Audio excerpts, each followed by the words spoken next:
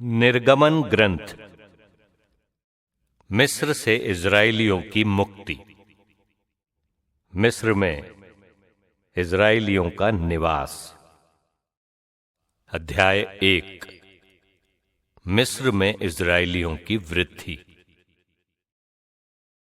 याकूब के साथ इजराइल के जो पुत्र अपने परिवारों सहित मिस्र आए थे, उनके नाम ये हैं: रूबेन, सिमोन, लेवी, यूदा, इस्साकार, जबूलून, बेन्यामीन, दान, नफ्ताली, गाद और अशेर।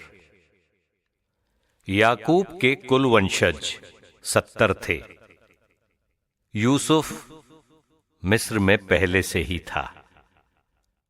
अब यूसुफ, उसके सब भाई और उस पीढ़ी के सब लोग मर चुके थे, परंतु इजराइल के वंशज फूलते फलते रहे और उनकी संख्या में भारी वृद्धि हुई।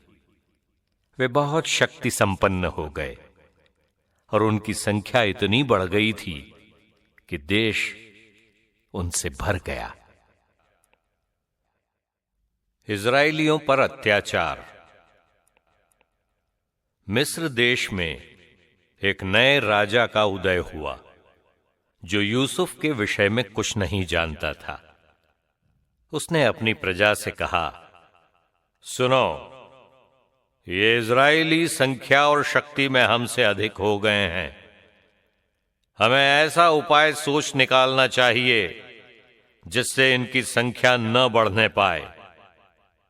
कहीं ऐसा ना हो कि युद्ध छिड़ने पर ये हमारे शत्रुओं का साथ दें और हमारे विरुद्ध लड़ने के बाद देश से निकल भागें। उन्होंने इजराइलियों पर ऐसे अधिकारियों को नियुक्त किया जो उन्हें बेगार में लगाकर उनका दमन करें। इजराइलियों ने इस प्रकार फिरौन के लिए पितोम और रामसेस नामक गोदाम वाले नगर बनाए, किंतु उन पर जितना अधिक अत्याचार किया जाता था, उतना ही अधिक वे संख्या में बढ़ते और फैलते जाते थे। इस कारण मिस्री उनसे डरने लगे। उन्होंने इजराइलियों को बेगार में लगाया और उनसे कठोर परिश्रम कराकर उनका जीवन कड़वा बना दिया। उन्होंने गारा और ईंट बनाने और खेत में हर प्रकार का काम करने के लिए उन्हें बाध्य किया। मिस्र के राजा ने इब्रानी दाइयों को, जिनमें एक का नाम शिफ्रा और दूसरी का नाम पुआ था, आज्ञा दी कि जब तुम इब्रानी स्त्रियों को प्रसव कराओ और देखो कि लड़का पैदा हुआ है तो उसे मार डाला करो, और यदि लड़की पैदा हुई हो तो उसे जीवित छोड़ दो। लेकिन वे दाइयां ईश्वर पर श्रद्धा रखती थीं। उन्होंने मिस्र के राजा का आदेश नहीं माना। उन्होंने लड़कों को भी जीवित छोड़ दिया। इसलिए मिस्र के राजा ने दाइयों को बुलवाकर उनसे पूछा, तुम ऐसा क्यों करती हो? तुम लड़कों को भी जीवित क्यों छोड़ देती हो? दाइयों ने फिरौन से कहा, इब्रानी स्त्रियां मिस्री स्त्रियों के समान नहीं हैं। वे बड़ी हृष्ट-पुष्ट हैं और दाई के अपने पास पहुंचने के पहले ही प्रसव करती हैं।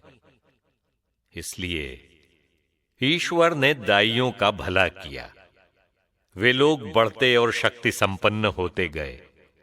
दाइयां ईश्वर पर श्रद्धा रखती थीं, इसलिए उसने उन्हें भी संतति प्रदान की।